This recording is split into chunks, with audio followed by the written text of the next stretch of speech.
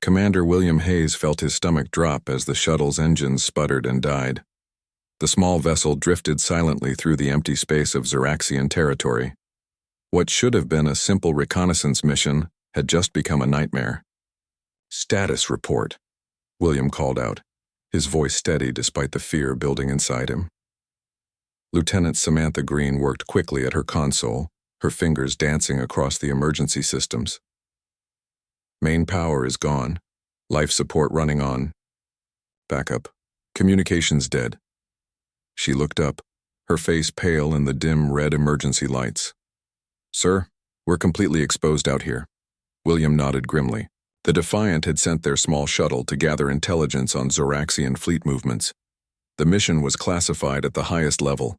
No one would come looking for them, at least not soon enough. Any sign they detected us before we lost. "Power?" William asked, already moving to the weapons locker. If they were going to be boarded, he wanted to be ready. "Negative, but—" Samantha paused, her eyes widening as she looked at the scanner. "Sir, we have company. Zoraxian patrol vessel approaching fast from the nebula." William swore under his breath. The nebula had been their planned escape route, its gases and radiation perfect for masking their retreat. Now it had become the source of their undoing. "Prepare the data core for destruction," he ordered, retrieving 2 pulse pistols from the locker. He tossed one to Samantha, who caught it with practiced ease. "Remember your training, Lieutenant." They both knew what that meant. As officers of the United Earth Alliance, they had undergone extensive resistance training. The Zoraxians were known throughout the galaxy for their brutal interrogation methods. They had broken the minds of captives from 7 different species, extracting information that had led to devastating military defeats. But they had never successfully broken a human. William touched the small scar behind his ear, the mark of his neural implant. All high-ranking Earth officers had them.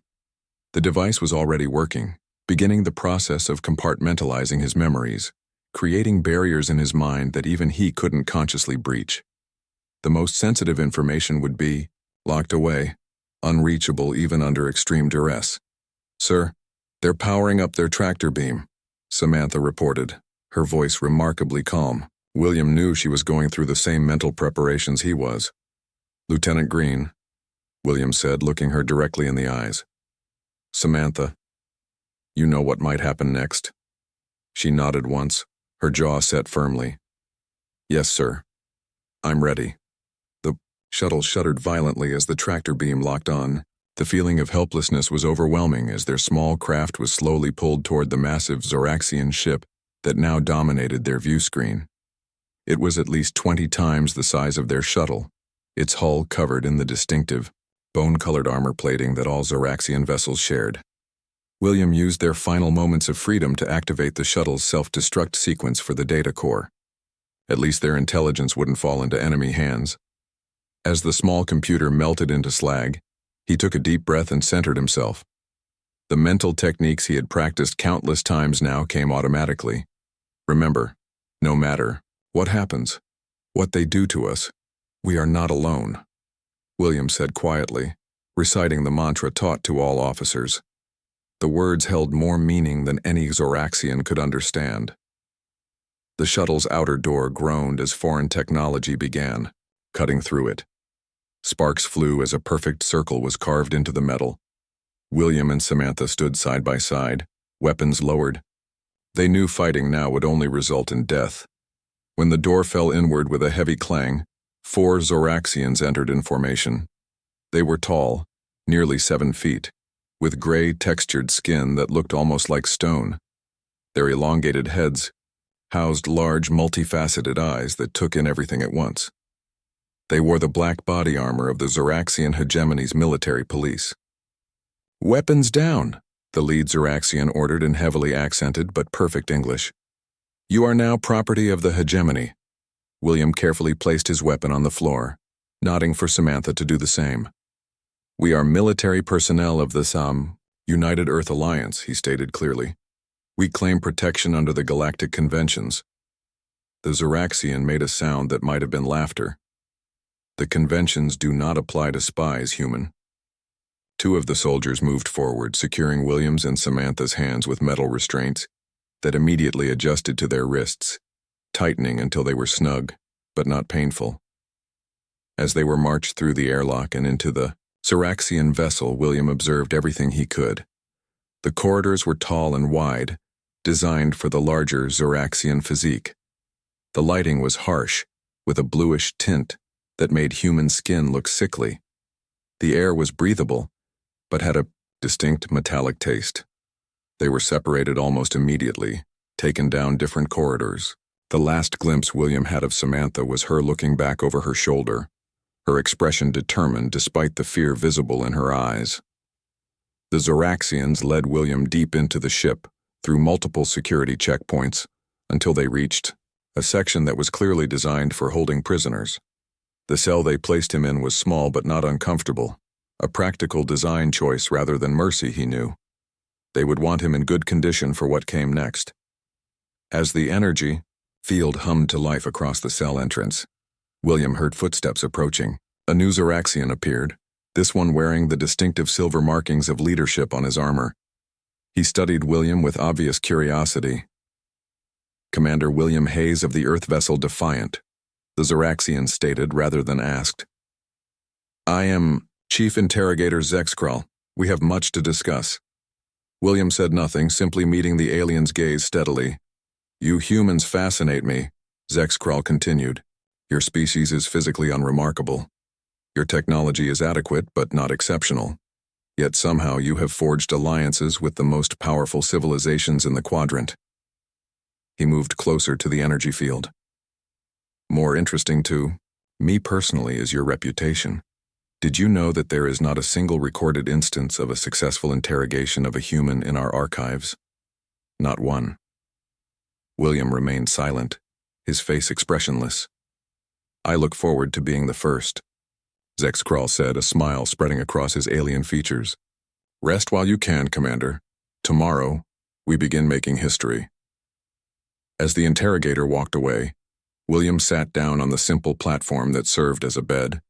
He closed his eyes, beginning the mental exercises that would prepare him for what was to come. The Zoraxians believed their failure to break humans was due to luck or insufficient methods. They had never understood the truth about humanity. Soon, they would learn why humans never break, and that knowledge would change everything. William woke to find himself secured to a chair. The room was cold, much colder than humans found comfortable. The lighting was harsh and changed direction every few minutes, making it impossible for his eyes to fully adjust.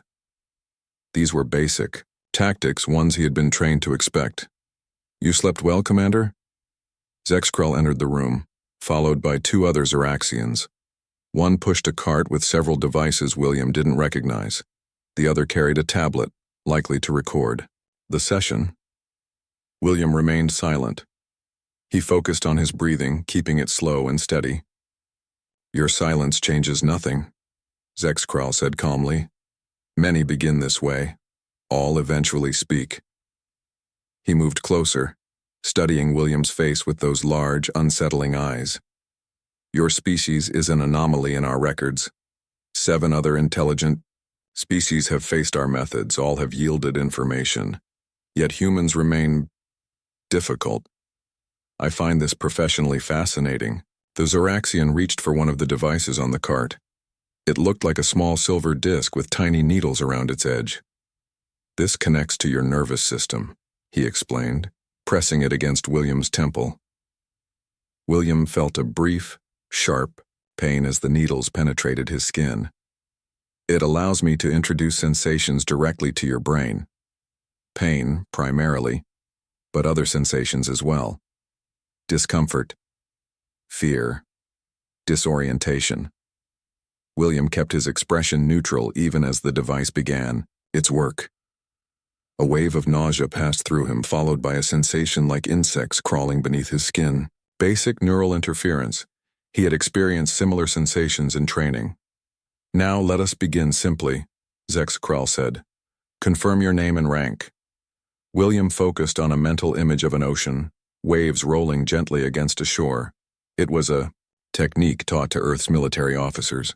creating a mental space separate from the physical reality. As the discomfort increased, he allowed it to wash over him like those waves, acknowledging its presence without giving it power. Hours passed. The questioning continued. The pain increased gradually. William maintained his silence, retreating deeper into his mental exercises. Occasionally he would catch the Zoraxians exchanging glances, their frustration evident despite their alien features. Remarkable, the Zoraxian with the tablet commented after 7 hours.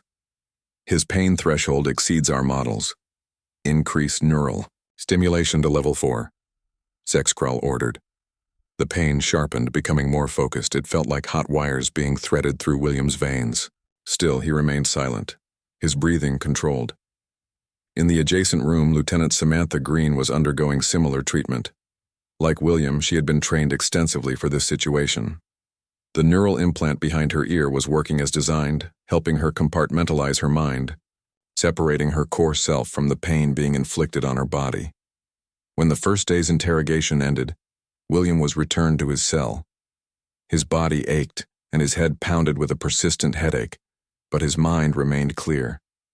He knew tomorrow would be worse. The Zoraxians would escalate their methods, trying to find the breaking point all creatures must have. What they didn't understand was that humans had something the other species lacked. It wasn't physical resilience or superior mental discipline. It was something much more fundamental, something woven into the very fabric of human consciousness through millennia of evolution on a dangerous, unpredictable world. The second day began much like the first, but with new devices. Chemical injections designed to lower mental resistance, sound frequencies that disrupted thought patterns, light patterns that induced disorientation. William endured them all, retreating deeper into his mental fortress. "Your resistance is impressive, but ultimately futile," Zexkral said as the second day's session ended. "No biological entity can withstand these methods indefinitely." William spoke for the first time, his voice rough from disuse. "Then we both have something to learn." Zexkral seemed pleased to have finally provoked a response. "Indeed. Tomorrow, we will see what you are truly capable of enduring." The third day brought a significant escalation. William was connected to a machine that the Zoraxians called a neural mapper. It projected his brain activity onto a screen, allowing them to see which areas were active, which were being suppressed. "Fascinating," the technician said, studying the display. "His neural patterns are unlike anything in our database. See how the pain signals are being redirected? He's not blocking them. He's channeling them through different pathways." Zexkral leaned closer to the screen. "Can you bypass this defense?" "I can try to overload the alternative pathways," the technician replied. "But there's something unusual happening here. His hippocampus and amygdala are activating in patterns I don't understand. What the Zoraxians couldn't comprehend was that William was accessing memories. Not just any memories, but specifically chosen ones. Moments of intense emotion, both positive and negative. The joy of his daughter's birth. The grief when he lost his father. The pride of his first command. The shame of a mission gone wrong. He was using these emotional anchors to ground himself, to remind himself of who he was beyond the pain. This was the secret weapon of humanity, their emotional complexity. While other species evolved to suppress or compartmentalize emotions, for logical efficiency, humans had evolved to integrate them, to draw strength from them. What appeared to be a weakness, their emotional volatility, was actually their greatest defense against those who would break their will. By the end of the third day, Zexkral was visibly frustrated. He had employed techniques that had broken the strongest minds of the Galaxy, a species known for their mental discipline. Yet William remained unbroken, his secrets locked away. "Bring in the other human," Zexkral finally ordered. "Perhaps seeing a comrade suffer will accomplish what direct methods have not." William was moved to a different room, where Samantha was already secured to a chair. She looked tired, with dark circles under her eyes, but her gaze was clear and focused. When she saw William, something passed between them, a look of recognition, of shared purpose. "Lieutenant Green has been as stubborn as you, Commander," Zexkral said. But now we will see how strong your resistance is when the consequences fall on someone else. As the Zoraxians prepared their equipment, William and Samantha maintained eye contact. They didn't need words. They both knew what was coming, and they both knew what they had to do. The human capacity for empathy, another trait the Zoraxians saw as weakness, was about to reveal its true power. "Begin neural stimulation on Lieutenant Green," Zexcrawl ordered. "Level 3. The technician adjusted several controls on the panel before him. Samantha's body tensed as the pain began. To her credit, she made no sound, though her hands gripped the arms of her chair until her knuckles turned white. "You can stop this, Commander Hayes," Zexcrawl said, turning to William. "Simply tell me the defense codes for Earth's orbital platforms, and Lieutenant Green's suffering ends." William met Samantha's gaze. They had both been through the same training. They both understood the stakes. The orbital defense codes would put millions of lives at risk if revealed. "We can handle this, sir," Samantha said through gritted teeth, speaking for the first time since William had entered the room. Zexcrawl tilted his head, clearly surprised by her response. "Increase to level 4, he commanded. As the pain intensified, something unexpected happened. The neural monitors attached to both humans began showing unusual patterns. The readings from William's brain started to mirror Samantha's, as if they were somehow sharing the experience. "What is happening?" Zexcrawl demanded, looking at the screens. "Explain this." The technician studied the readings with confusion. "Their neural patterns are synchronizing. It's as if they are connecting somehow. What the Zoraxians couldn't understand was actually happening. Through years of specialized training, humans had developed the ability to form temporary psychic links under extreme stress. This ability, discovered accidentally during early space exploration, had been refined into a powerful defense mechanism. William focused his mind, reaching out to Samantha, not with words, but with a shared mental space.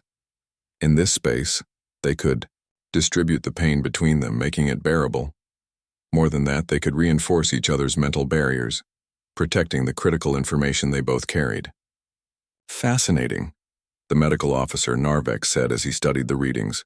"Their brains are actually working together. I've never seen anything like this in any species we've encountered. Is this some kind of technology we've missed?" Zexcrawl asked, his frustration evident. "Scan them again for implants or devices." "We've done thorough scans. Apart from the standard neural implants common in Earth military, there's nothing unusual," Narvex replied. "This appears to be a natural ability." Zexcrawl paced the room, his large eyes fixed on the two humans. "Increase to level 5 on both subjects," he finally ordered. As the pain reached new heights, William and Samantha maintained their connection. In their shared mental space, they weren't alone with their pain. They had each other, and they had memories of everyone they had ever loved, everyone they were protecting. These connections formed a web of strength that the Zoraxians couldn't see or understand. After 2 hours at level 5 with no results, Zexcrawl called a halt to the session. The humans were returned to their separate cells to recover. The Zoraxian interrogation team gathered to reassess their approach.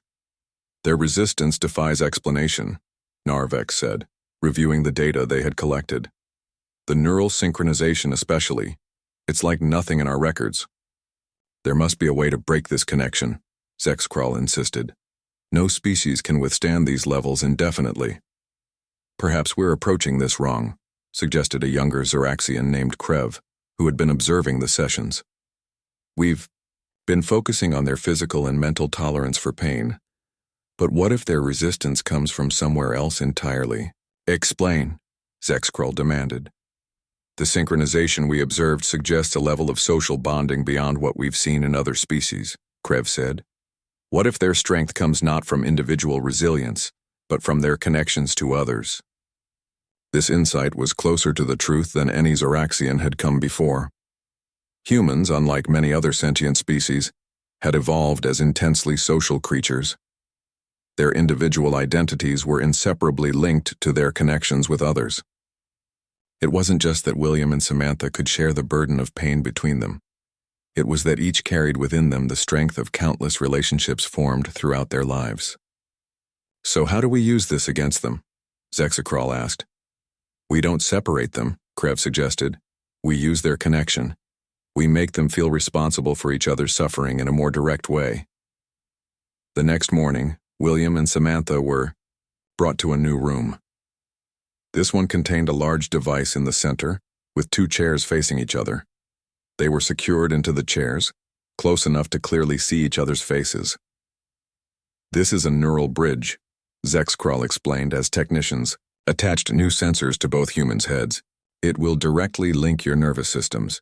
Each of you will feel whatever the other feels.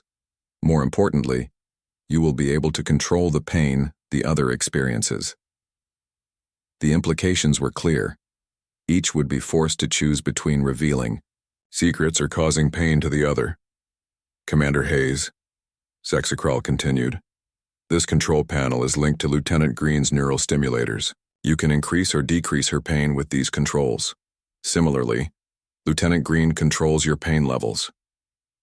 It was a cruelly effective strategy, one that had broken many species before. Force individuals to become the instruments of each.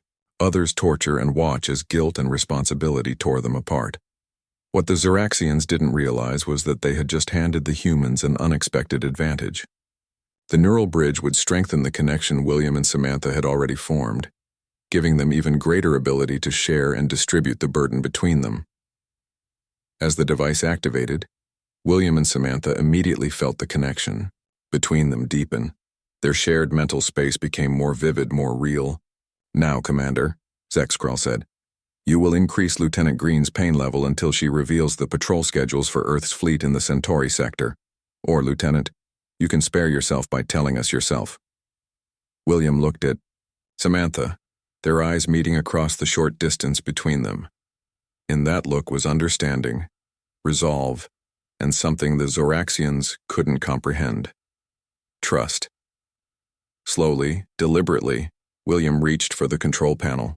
The Zoraxians watched intently, expecting hesitation, conflict, perhaps even compliance to spare his comrade. Instead, William adjusted the controls to the minimum setting possible. At the same time, Samantha did the same for William's controls. "What are they doing?" Narvex asked, confused by the readings. "They're reducing each other's pain levels to the minimum?" Zexcrawl's frustration was evident. "Override their controls. Set both to maximum." As the pain level spiked, William and Samantha maintained eye contact. Through their shared mental link, they were now able to communicate more clearly than ever. "Together," William thought. "Always," came Samantha's reply. And as the Zoraxians watched in bewilderment, the 2 humans began to smile. Zexcrawl stared at the monitors in disbelief. Despite the neural bridge being set to maximum pain levels, both humans appeared to be resisting better than before.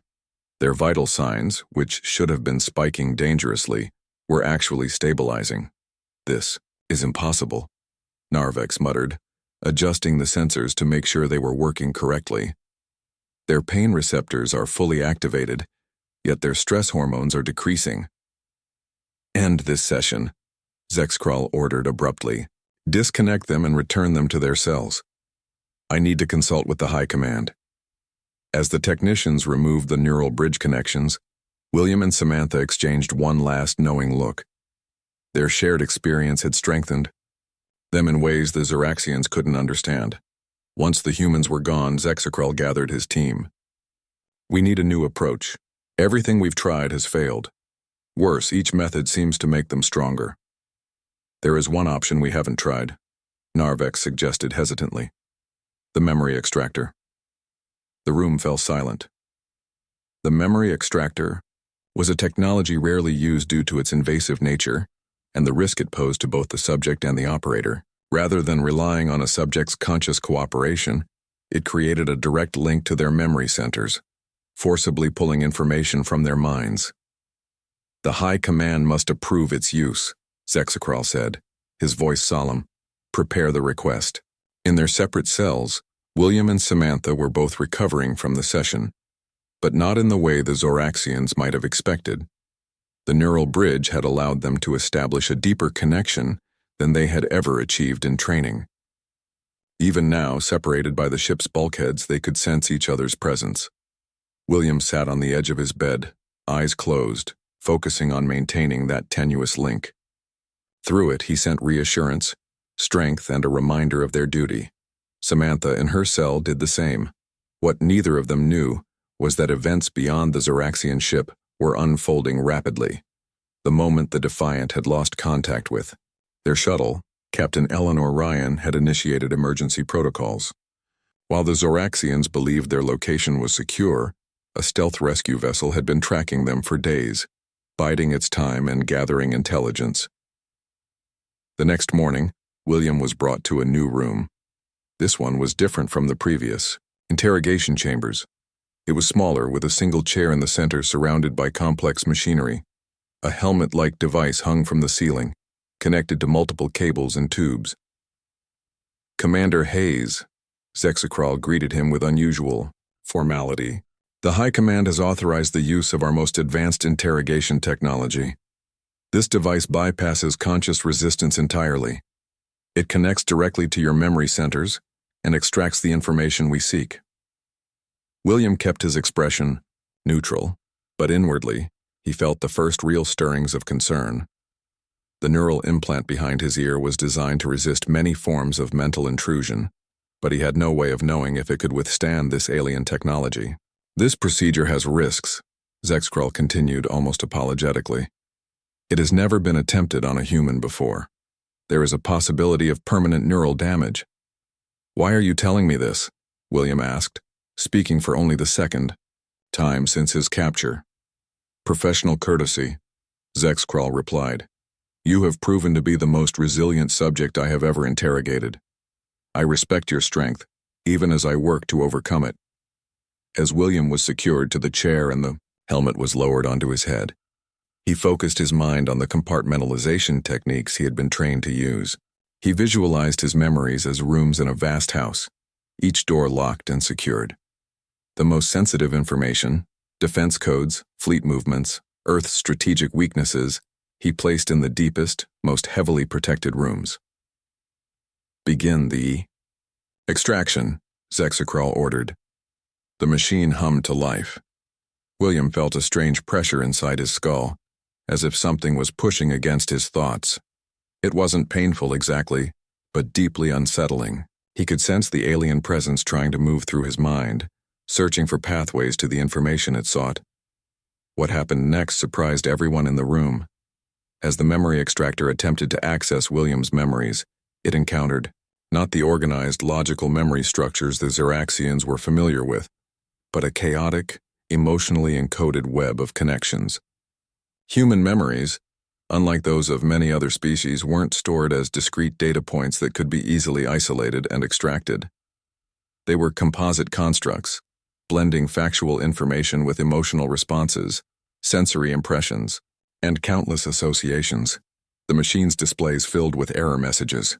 The technicians worked frantically to adjust the settings. "What's happening?" Zexcrawl demanded. "His memory structures are chaotic," the lead technician explained, frustration evident in his voice.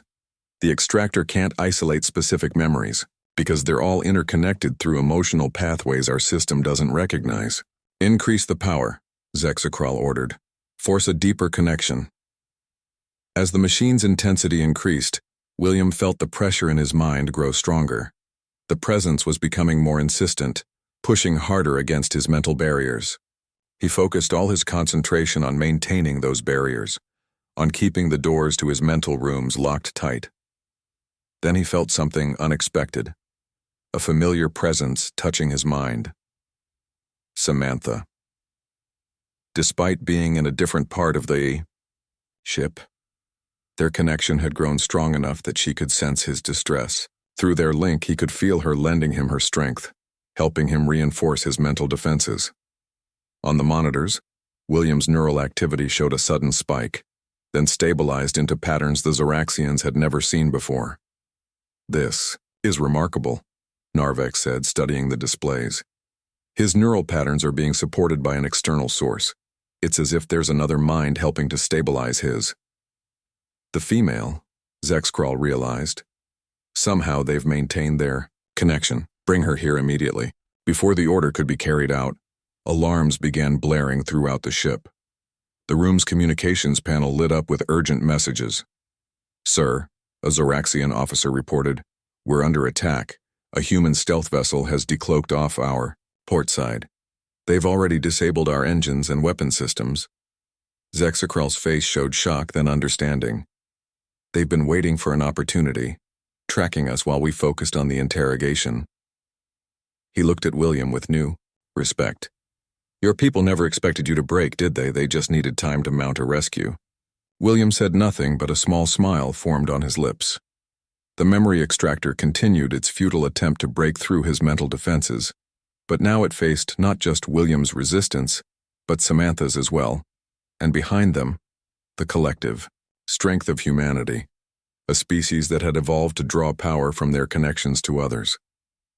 As the sounds of combat echoed through the ship, Zexakral made a decision that would change the course of relations between their species. Shut down the extractor, he ordered, and prepare the prisoners for transfer. The rescue team moved through the Zoraxian vessel with practiced efficiency. Their black armor made them nearly invisible in the dimly lit corridors. Captain Eleanor Ryan led the team personally, her face set with determination beneath her helmet, visor. Team 1, secure the engine room, she ordered through the comlink. Team 2, with me to the detention level. Remember, Commander Hayes and Lieutenant Green are our priority. As they approached the detention level, they encountered less resistance than expected. Several Zoraxian guards stood with their weapons lowered, making no attempt to stop the human soldiers. Captain, her second-in-command said quietly.